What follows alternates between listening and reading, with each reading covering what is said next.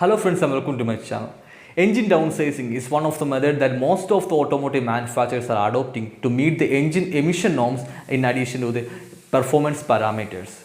Engine downsizing means we will be using a smaller displacement engine instead of a naturally aspirated bigger engine. Smaller engine means we will have lesser moving parts, and all the moving parts inside the smaller engine will have lesser mass, so there will be lesser inertia effect and the engine will be easy to run at a higher RPM, so it will be able to produce more power.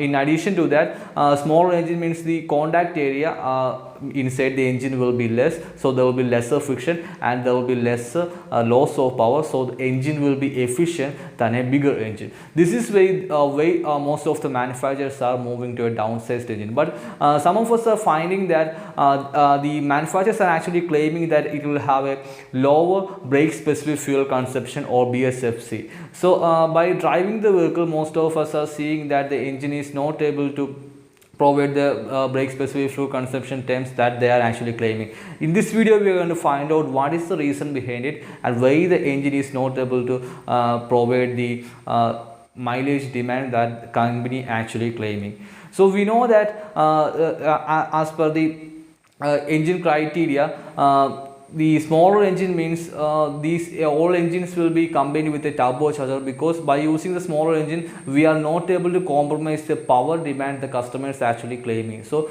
only way to produce a higher peak amount of power with a small displacement engine is by forced injection system. So we are using a turbocharger which combines compressor and exhaust driven turbocharger. The turbine is connected in the exhaust manifold side. The turbine is pulled up by the exhaust gases and it is directly coupled with the compressor, and the compressor will push more compressed air into the compressed chamber, so we will have more air means more oxygen, so we will be able to inject more fuel to produce more power. So we can say that there will be 50% more air inside the combustion chamber, so we will be able to produce 50% more power as well. But you can think that with a small displacement engine we are pulling more air into the engine, so there will be higher pressure which will consequently lead to higher temperature as well. Higher pressure and higher temperature atmosphere inside the engine will prone to knocking. We must avoid the phenomenon of knocking, because these engines are spark ignited engines, so there will be only a single flame front. If in the event of knocking, there will be another flame front will propagate from the pinpoint of the combustion chamber, and they will collide each other by creating a high pressure, and this will make some mechanical damages to the engine, so we must prevent that. We know that all of these spark ignition engines are driven by the Otto cycle. In Otto cycle thermal efficiency equation, the two things that is primarily influencing the thermal efficiency is combustion ratio and specific heat ratio. So we can increase the thermal efficiency by increasing the combustion ratio, or we can increase it by leaning the air fuel mixture. Instead of being a smaller engine, there will be the atmosphere inside the engine is prone to knocking, so we must avoid this. For reducing the temperature inside the engine, we can reduce the combustion ratio, which will lead to reduction in thermal efficiency. That is why most of the downsized engine is composed of smaller combustion ratio, and we can also do this by retarding the ignition timing, but most of the manufacturers are not doing this. Instead of that, we are doing enriching the air fuel mixture. Enriching the air fuel mixture means we are enriching the mixture, so it will also lead to a lower specific heat ratio, which means a reduction in thermal efficiency. By using a richer mixture, the overall we are able to cool the air inside the engine, which will reduce the chances of knocking from happening. This is one of the two main reasons why we are getting lower performance, or sorry, not lower performance, lower thermal efficiency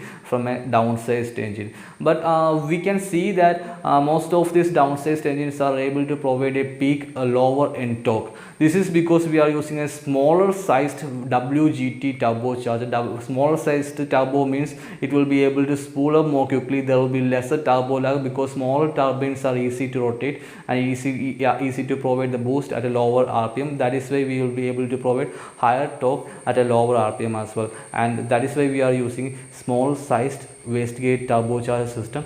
There is no problem with the engine downsizing method. The actual problem is the driving that we are using. If you are using a hard throttling method for driving the vehicle, there will be lower fuel economy from the engine.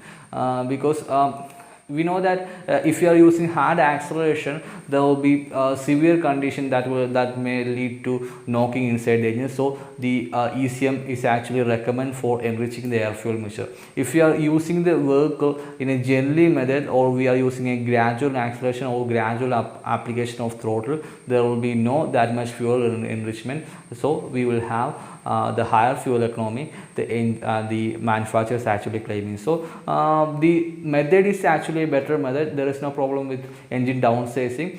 So you have to drive the vehicle more carefully for getting the exact brake specific fuel consumption the manufacturer is actually claiming. So if you love this video, please give a thumbs up and don't forget to subscribe to my channel to get updated in the automotive industry, and hit the bell icon to get notified when I make a new upload. Thank you for watching. Have a nice day and bye.